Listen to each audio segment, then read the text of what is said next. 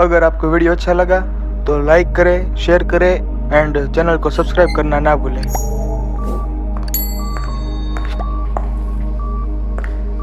Hospital के कमरे में मशीन की बीप सुनाई दे रही थी। सिद्धांत एक पल के लिए भी शांत नहीं बैठ पा रहा था।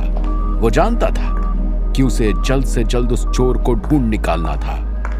वो रात सिद्धांत की जिंदगी की सबसे कठिन रात थी, क्योंकि वो एक पल भी आराम से सो नहीं पाया था। अगली सुबह जैसे ही उसकी आंख खुली, उसने एक नजर वेदिका पर डाली, लेकिन वेदिका अभी भी शांति से सो रही थी। सिद्धांत अपनी जगह से उठकर उस कमरे से बाहर निकल आया।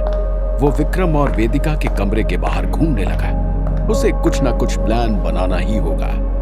बिना अंगूठी के उसके पास कुछ भी नहीं था, लेकिन जैसे ही वो मुड़ा तो उसका मुंह खुला का खुला रह गया, क्योंकि उसके सामने उसका दोस्त विक्रम खड़ा हुआ था।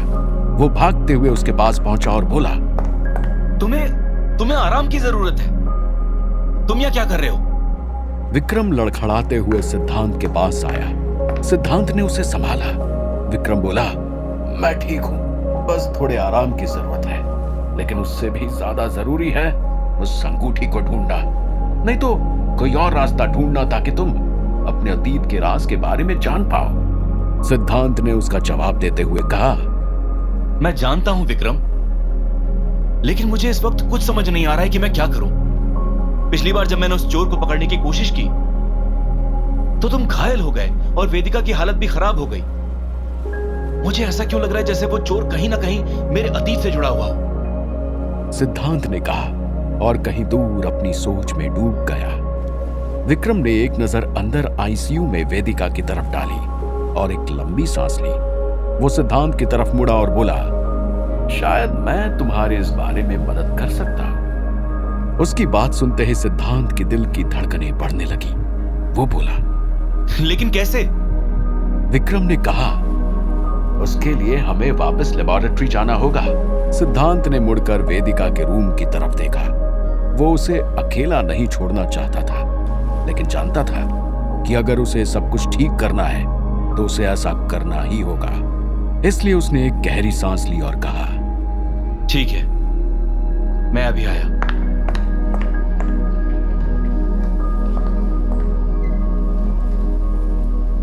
सिद्धांत वेदिका के कमरे में पहुंचा और उसके सिर पर एक बार फिर हाथ फेरते हुए बोला, मुझे नहीं मालूम कि मैं कैसे तुम्हारे दर्द को कम कर सकता हूं, लेकिन यह मेरा वादा है कि मैं जल्द से जल्द सब कुछ ठीक कर दूंगा। इतना कहकर सिद्धांत वहां से चला गया, लेकिन जाने से पहले उसने डॉक्टर से रिक्वेस्ट की कि अगर वेदिका की हालत में कुछ भी चेंज हो तो उसे जरूर बताएं। विक्रम पूरी तरह से रिकवर नहीं हुआ था, मगर वो अपने दोस्त की मदद करना चाहता था। इसलिए कुछ ही देर में वो दोनों वापस लेबोरेटरी पहुंच गए थे।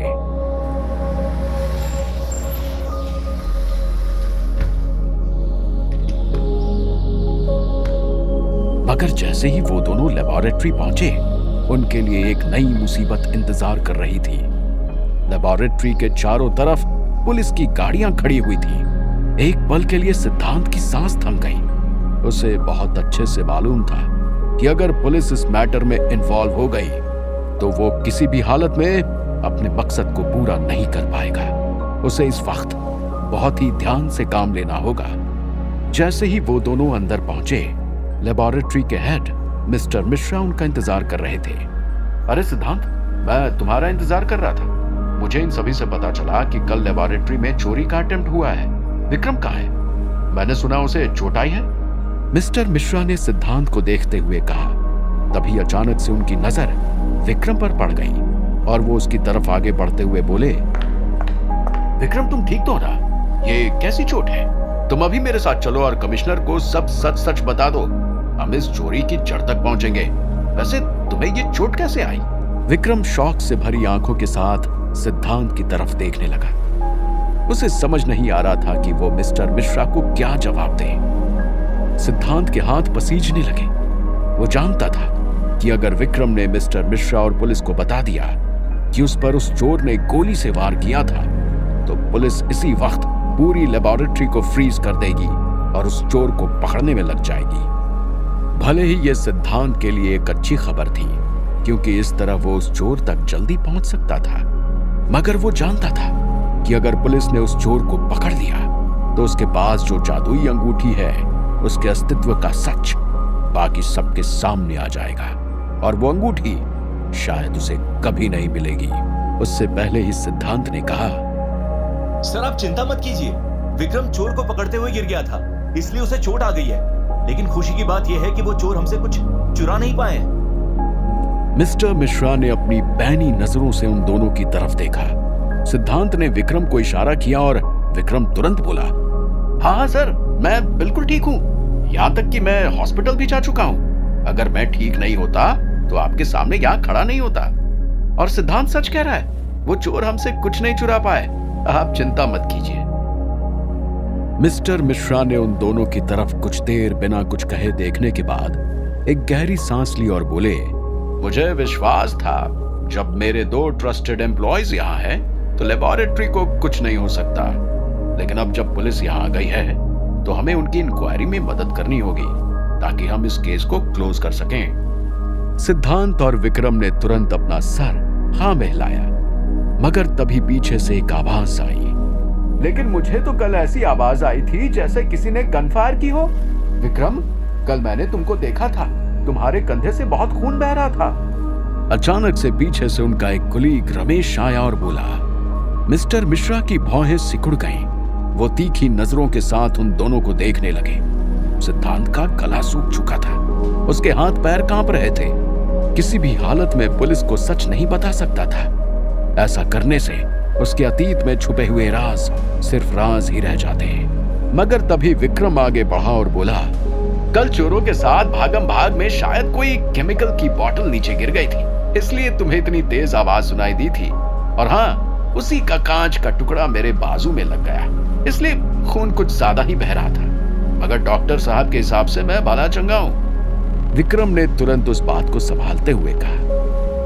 मिस्टर मिश्रा ने विक्रम की बात पर भरोसा करते हुए अपना सर हाँ में हिलाया और बोले, इस चोरी ने हमें एक सीख दी है। हम नहीं जानते कल को वो चोर शायद वापस आ जाए, इसलिए मैं अब खास ख्याल रखूंगा कि वो मम्मी पूरी तरह से प्रोटेक्टेड है।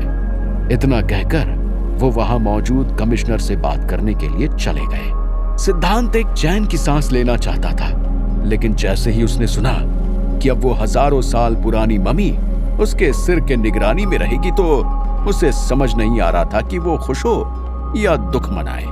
दुख क्योंकि वो जानता था कि अगर वो मम्मी निगरानी में रही तो वो भी उसे नहीं देख पाएगा, और खुशी इसलिए क्योंकि अब वो चोर चाहकर भी उसकी मम्मी को नुकसान नहीं पहुंचा सकता था। विक्रम ने तुरंत सिद्धांत की तरफ इशारा किया और वो दोनों उस कमरे की तरफ आगे बढ़ गए। तुमने मुझे मिस्टर मिश्रा को सच क्यों नहीं बताने दिया?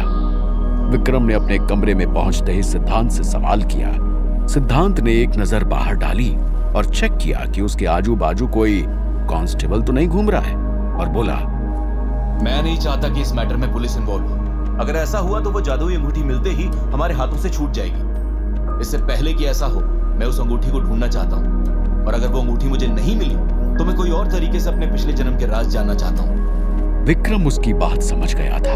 वो तुरंत अपने कमरे में रखे हुए किताबों से भरी शेल्फ की तरफ आगे बढ़ गया। विक्रम एक हिस्टोरियन था, इसलिए उसके पास न जाने कितनी किताबें थी।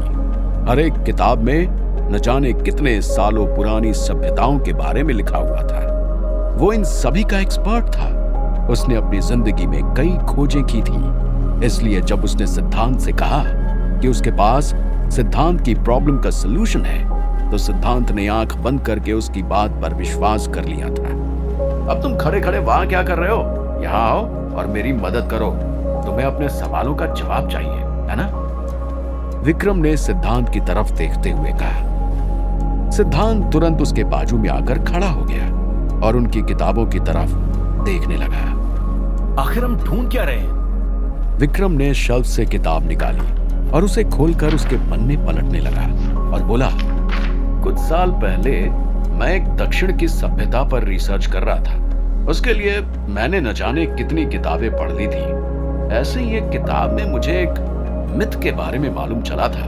उस समय मैंने उस पर उतना ध्यान नहीं दिया क्योंकि मिथ तो एक मिथ होता है ना। लेकिन मुझे अच्छे से याद है कि जब मैंने अपने बाकी दोस्तों से इसके बारे में बात की थी तो उनका यही कहना था कि अगर किताबों में किसी कल्पना या पुराण कथा के बारे में लिखा है तो उसका सच होना 100% संभव है।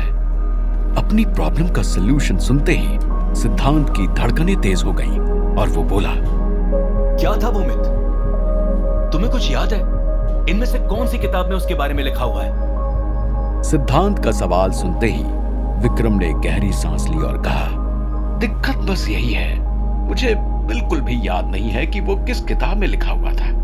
वो किताब मेरे पास अब है कि नहीं, लेकिन मुझे वो पुराण कथा बहुत अच्छे से याद है।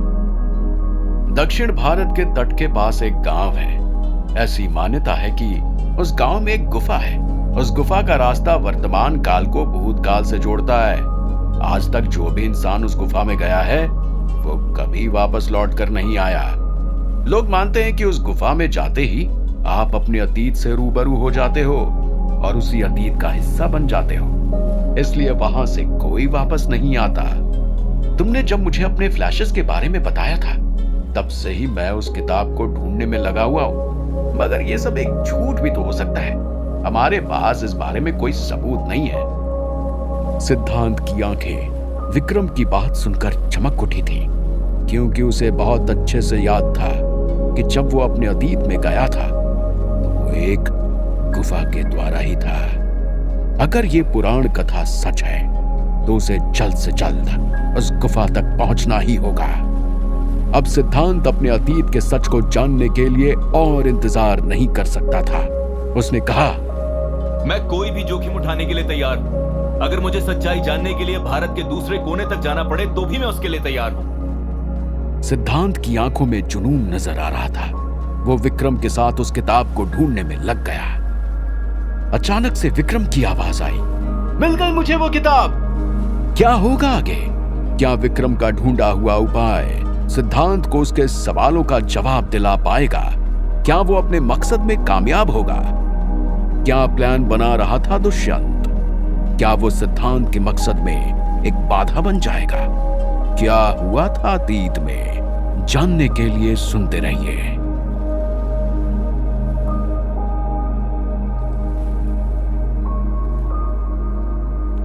अगर आपको वीडियो अच्छा लगा तो लाइक करें, शेयर करें एंड चैनल को सब्सक्राइब करना ना भूलें।